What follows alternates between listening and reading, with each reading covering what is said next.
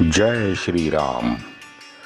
असिंधु सिंधु पर्यंताया यस्य भारत भूमिका पितृभु पुण्यभूमिश्चैव सवै हिंदू रीति स्मृता। हमारी भारत माँ के इतिहास की सत्य असत्य की ये लड़ाई शुरू है।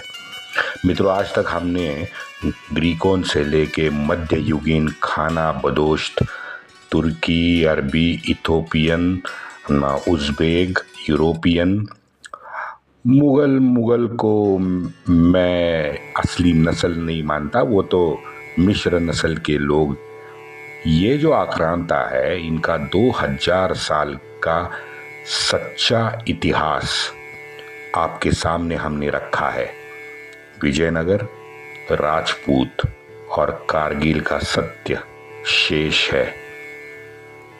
मित्रों, आपका सहयोग अपेक्षित है, क्योंकि अगर ये आक्रांता, चाटुकार, घिनौने वामपंथियों ने रचा जो झूठ है वो एआई में जा चुका है, उसको हमें चुनौती देनी है। अगर ये झूठा इतिहास एआई में सत्यापित हो गया तो भविष्य में बड़ा अनर्थ हो जाएगा। हाथ जोड़कर आपसे प्रार्थना है कि सब्सक्राइब करें, लाइक करें, कमेंट करें, शेयर भी करें, क्योंकि एल्गोरिथम में ये हमारा इतिहास मिटाने का प्रयास शुरू है। आपसे अनुरोध है कि आप हमें जिंदा रखें। जयतु जयतु हिंदू राष्ट्र। जय श्री राम। योगेश अनंत काले का सभी सुनने वालों को प्यार भरा नमस्कार। मित्रों, मैंने माड़वा का महत्व आपको बारंबार कथित किया है। आज हम 3-4 वाक्यों में माड़वा से आगे बढ़ते हैं, लेकिन यह प्रांत पे विजय पाने के लिए 3 शतक से ज्यादा काल लगा है। यह हमें ध्यान नहीं आता। बस हम माड़वा का नाम लेते हैं, बुंदेलखंड का नाम लेते हैं, आगे बढ़ते हैं। 3 शतक मैं कह रहा हूं,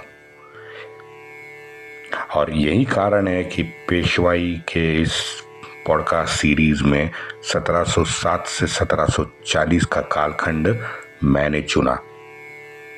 पूरी एक पुण्यात्मा की पीढ़ी राष्ट्र कार्य के काम आई है। मित्रों, माड़वा क्षेत्र में प्रभावित करने वाले इन सभी पुण्यात्माओं की पहचान होना बहुत जरूरी था।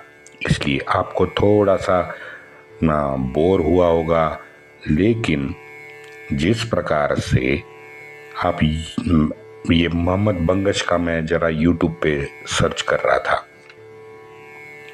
मोहम्मद बंगश कहाँ पैदा हुआ, मोहम्मद बंगश का बाप कहाँ पैदा हुआ, उसने कौन से पत्थर पे खतना किया, इसकी भी सारी जानकारी YouTube पे मिल जाएगी।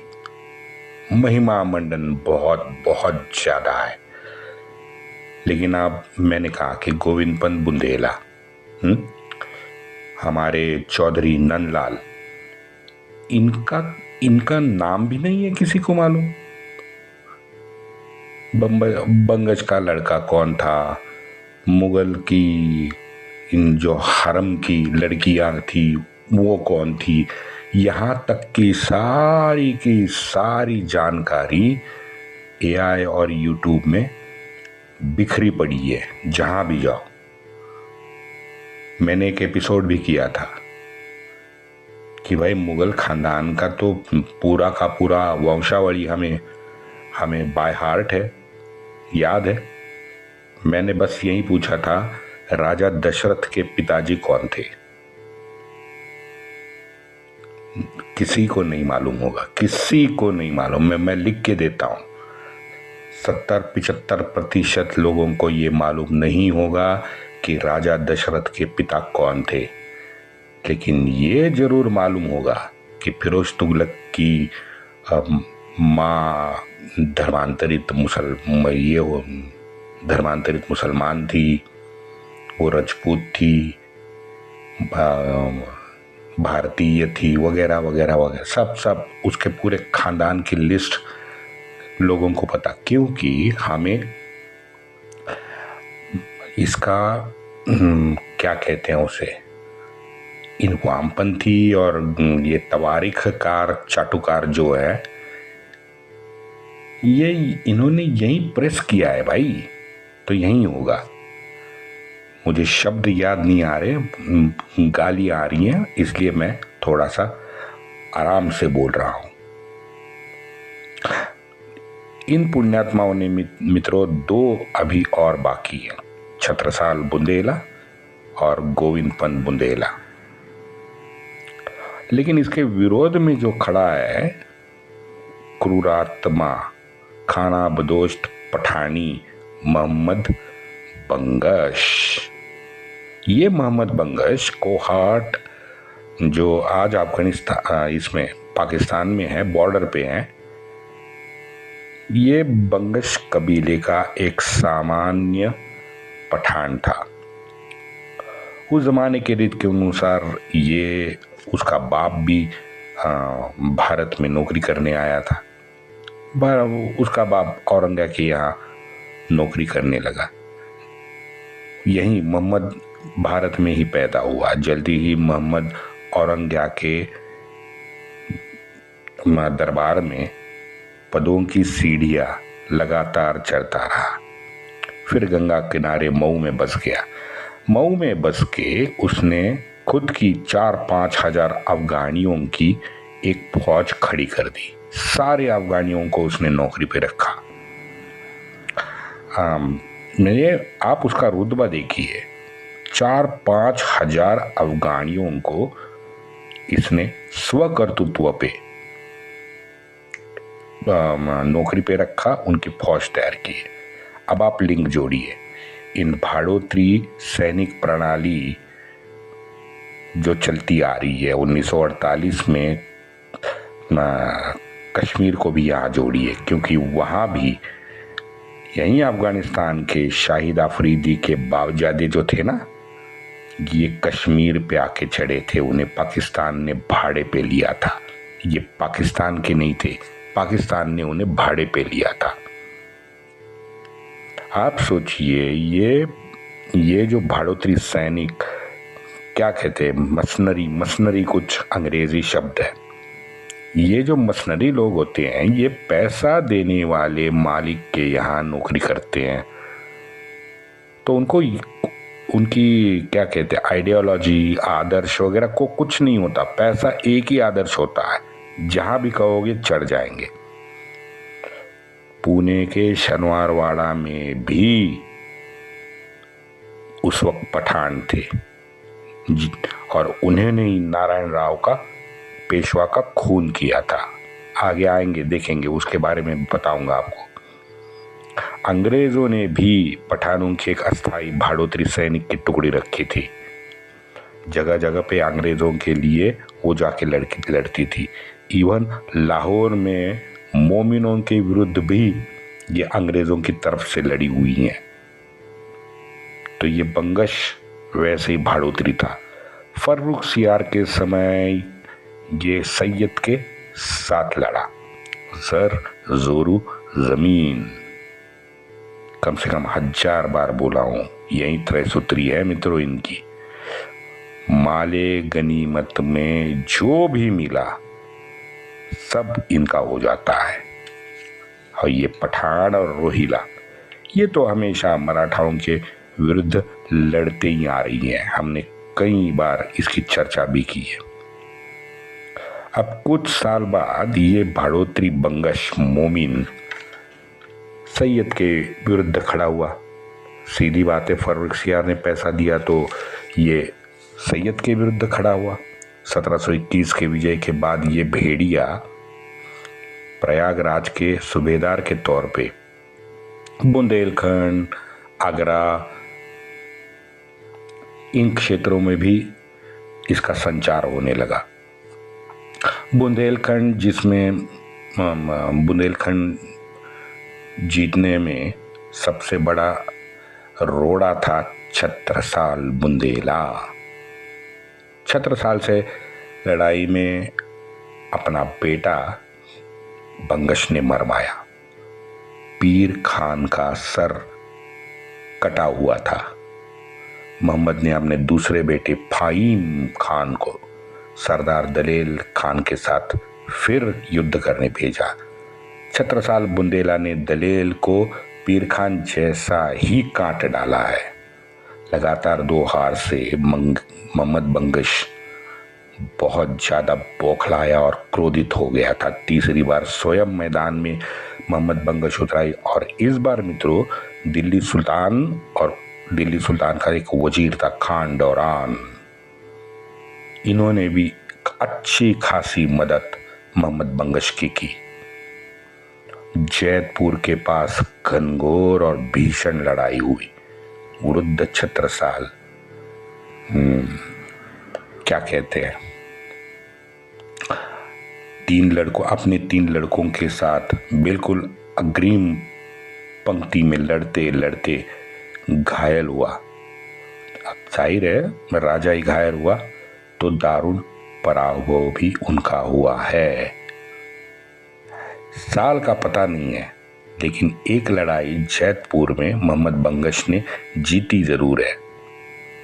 कुछ इतिहासकार इसे 1729 के आखिर में यानी दिसंबर 1729 में ये जैतपुर की लड़ाई को बताया जाता है।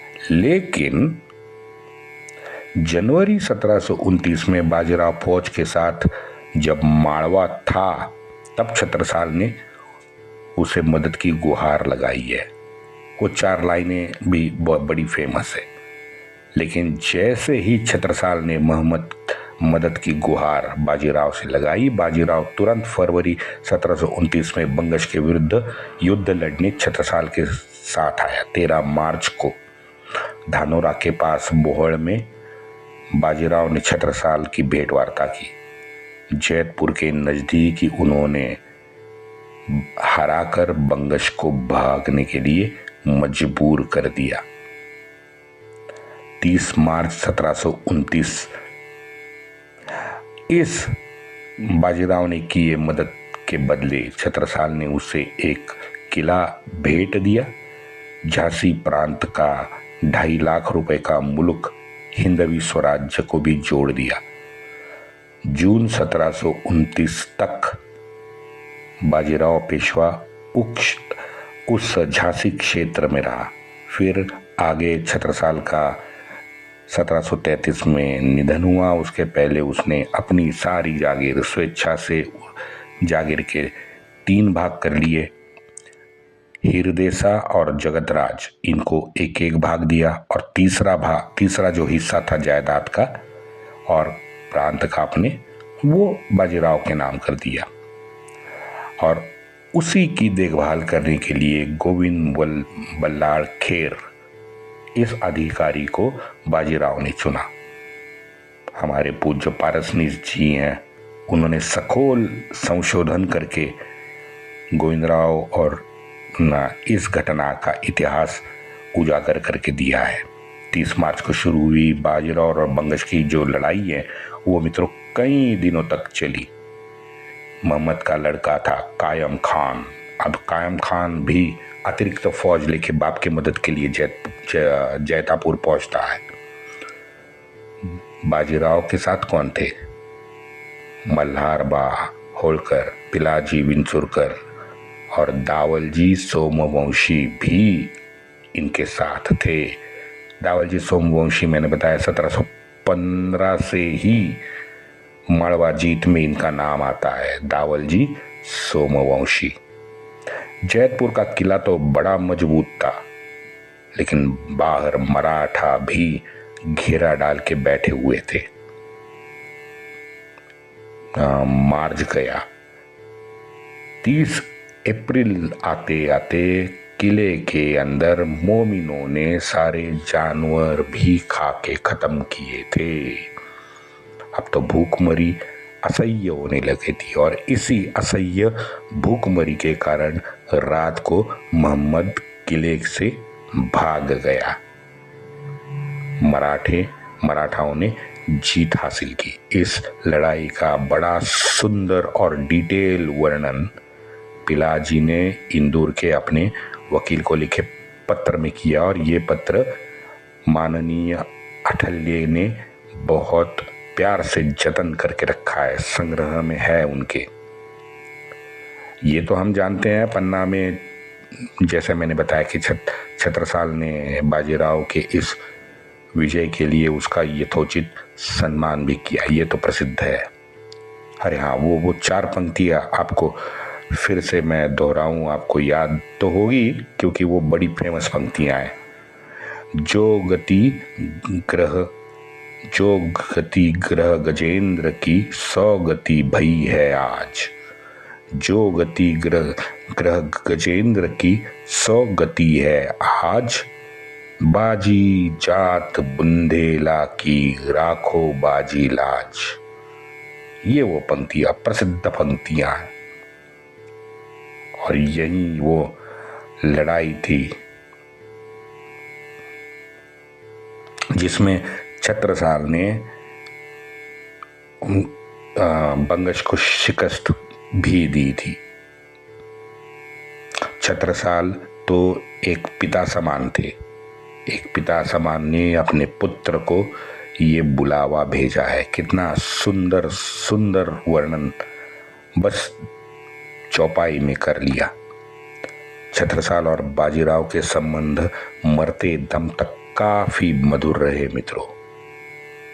लेकिन एक किंतु मेरे मन में है। किंतु यह है कि छत्रसाल बंगश के विरुद्ध लड़ाई जो जितनी भी हुई है, तकरीबन 3 लड़ाइयाँ हुई हैं, लेकिन इस तीनों लड़ाई में दतिया और सेवड़ा, ये दोनों के राजपूत राजा का सहयोग छत्रसाल को नहीं मिला।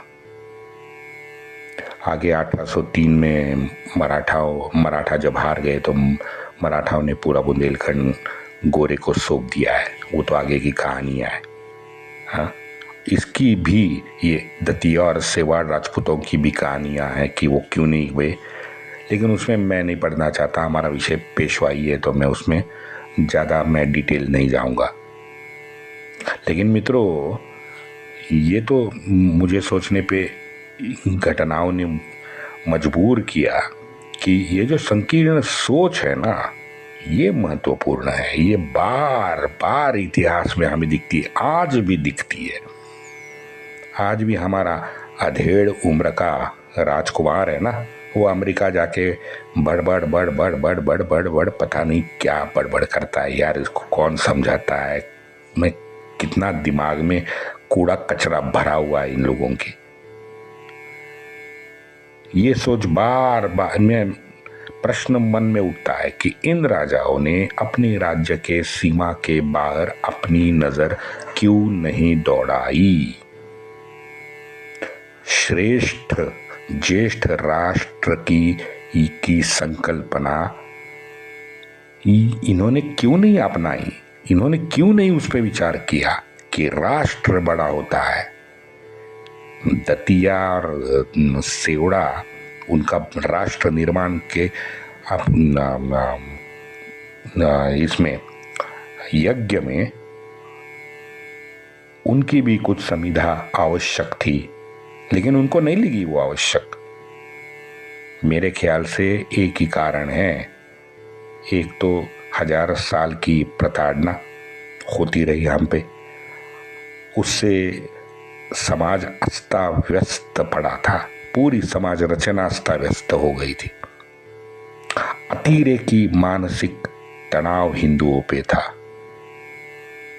और जो गरीबी आई थी, क्योंकि ये इनकी 1000 साल की पीढ़ी दर पीढ़ी ये लूटते रहे, इससे जो गरीबी आई है ना, इसीलिए मानसिक घाव झेलते झेलते स्वाभाविक रीत्या हम सब हिंदुओं की सोच अस्तित्व बचाने में लगी रही। और शायद यही कारण है कि लोग राष्ट्र के लिए खड़े नहीं हो सके। और सामने भी कौन थे? सामने थे मोमिन जो बार बार आते रहे हैं। बार बार 17 बार मार खा के भी घोरी लौटा ना, बार बार आते रहे। भाई वो सन की है। 1737 में बंगश भी फिर लौटा, बाजीराव ने फिर उसको मार कर लौटाया है। और तब 1737 के बंगश के विजय के बाद सही मायनों में बुंदेलखंड भी मुगलों से आजाद हुआ। मारवा और बुंदेलखंड हिंदवी स्वराज्य में शामिल होने से बाजीराव को भी मित्रों दिल्ली पे जो आगे उसने हमला किया है वो हमला करना आसान हुआ। एक लॉन्च पैड की तरह बुंदेलखंड और मारवा का उपयोग उसने किया है। कालपी, एटा, सागर, झांसी इन जैसे इलाके का महसूल भी 33 लाख रुपए था। सोचिए 1733 में 33 लाख रुपए, ये सब महसूल छत्रसाल में बाजीराव को भेंट किया। सोचिए 1000 साल के अंधाधुंध लूट के बाद भी इतना सारा महसूल हमारे यहाँ पे भारत में मिल जाता था। और यही कारण है, कोई आश्चर्य की बात वगैरह नहीं है कि विश्व भर के जितने भी आक्रांता है वो सिर्फ और सिर्फ हमारे देश में आए हैं लूटने के लिए। किसी अन्य देश में आप सोच के देखो, किसी अन्य देश में इतनी बड़ी संख्याओं ने आक्रांताओं ने आक्रमण किए हैं या उस देश को लूटा है। लेकिन इस सब इतिहास के बाद भी आज हम गर्व से खड़े हैं मित्रों। जय हो हमारे गंगा मैया, ये भारत मैया की। वंदे मातरम।